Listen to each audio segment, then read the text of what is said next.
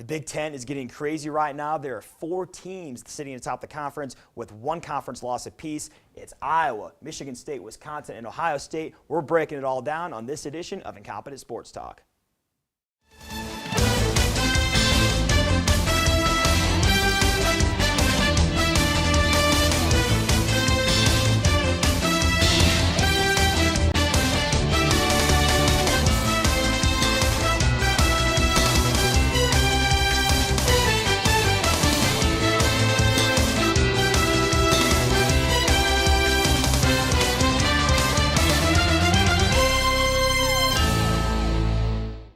Iowa Hawkeyes are coming off a 37-6 pounding of unbeaten number 5 Michigan State inside Kinnick Stadium last Saturday. Mike, Hawkeyes were firing on all cylinders. What were the keys to the victory for you? Well, they played with the chip on their shoulder, Alex, and it was really nice to see the defense step up. And that was the key for me, was the defense. They came out and played the way we thought they were going to play all season long.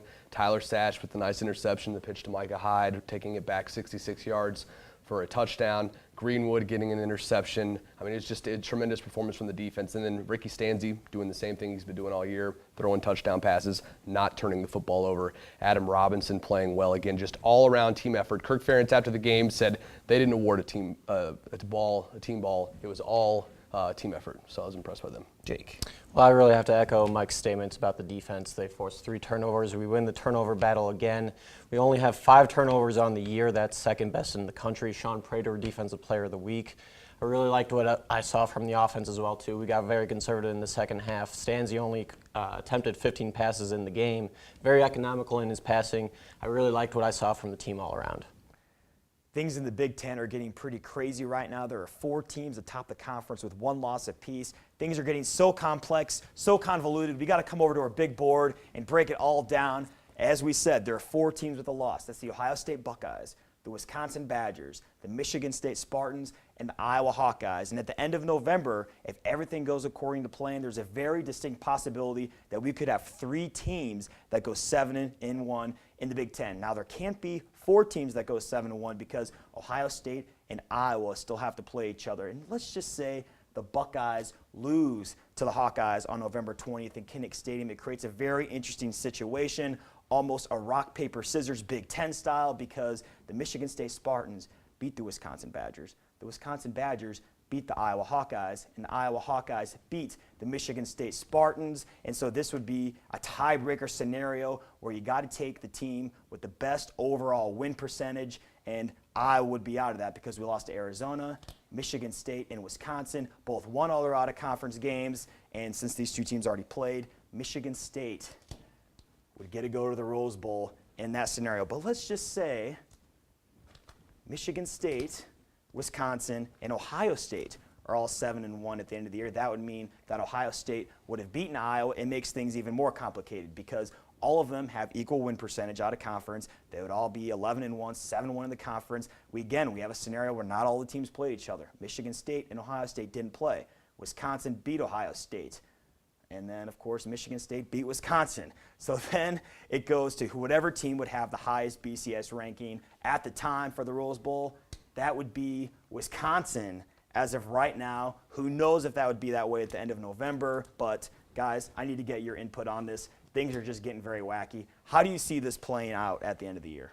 Well, I'll tell you what, Alex, this is going to be an interesting race, but I do think the Ohio State Buckeyes lose to the Iowa Hawkeyes in Kinnick Stadium. The Hawks get a big win over Jim Tressel, and we come down to this scenario here. Now, I'm going to be a little different, and I'm just going to go ahead and say Michigan State drops out. They lose a game. They lose to Penn State at the end of the season, and then at the end, you're looking at Wisconsin at 11-1, the Iowa Hawkeyes 10-2, 7-1 in the conference. But as we talked about earlier, Wisconsin beat Iowa in Kinnick Stadium, so you have Wisconsin going to the Rose Bowl.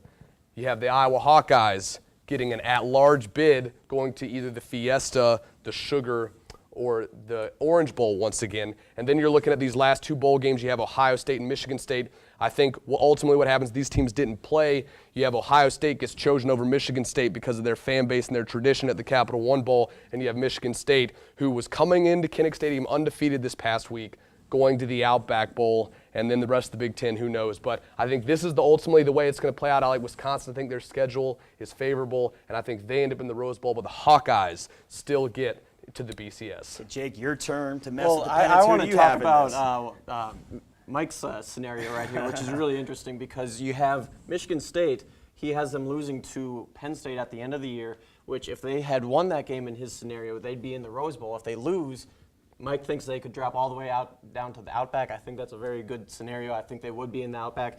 Very interesting for Michigan State right there. But let's take a look at all four of these teams again, go through the scenario. Very convoluted. That's Let's why, see what like I said, we happens. need the big board. Yeah. Okay, right now we have Ohio State ranked number 1 in the Big Ten in scoring offense and scoring defense. They are a very tough team. Iowa has not had a very good history against them. Unfortunately, right now, I'm going to say Ohio State beats Iowa. Okay. So then you're left with these 3 teams. It's going to come down to who's ever ranked highest in the BCS because I think Michigan State has an easy road left. They do have that tough game against Penn State on the road. Wisconsin has an easy road as well. They do play Michigan at the end of the year on the road. But I think both those teams win out. And then you have the BCS essentially telling us who's the best team in the Big Ten. I think if Ohio State beats Iowa at Iowa, I think with their reputation, the pollsters are going to give them a lot of respect for that. I think they'll be ranked highest in the BCS at the end of the year. I mean, that's just my opinion. We'll see if that happens or not. And then you're left with 2 11-1 teams possibly getting an at-large bid for a BCS. I think Wisconsin probably loses out to Michigan State because Michigan State beat Wisconsin, although maybe Wisconsin goes ahead because they didn't lose to Iowa like Michigan State did 37-6.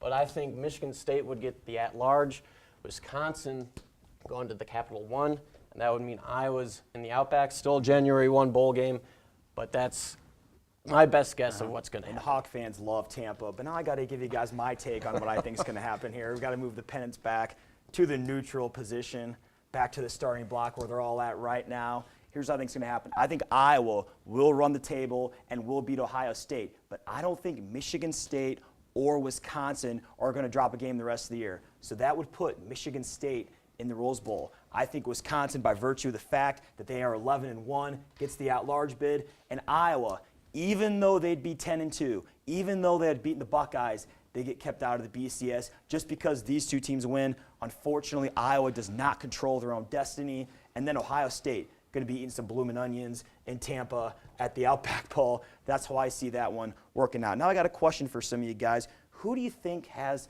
the easiest schedule the rest of the way? My pick would be Michigan State. They have 2 home games versus Minnesota, versus Purdue, and then they do got that tricky one at Penn State. But for me, they only have 3 games left. I think they got the easiest road. Jake, who do you think? Mike, who do you think has the easiest road?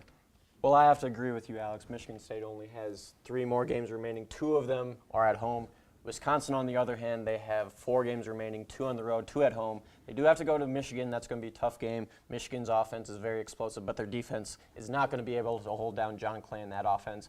I think Michigan State has the easiest road. I think they will run the table. Wisconsin runs the table too.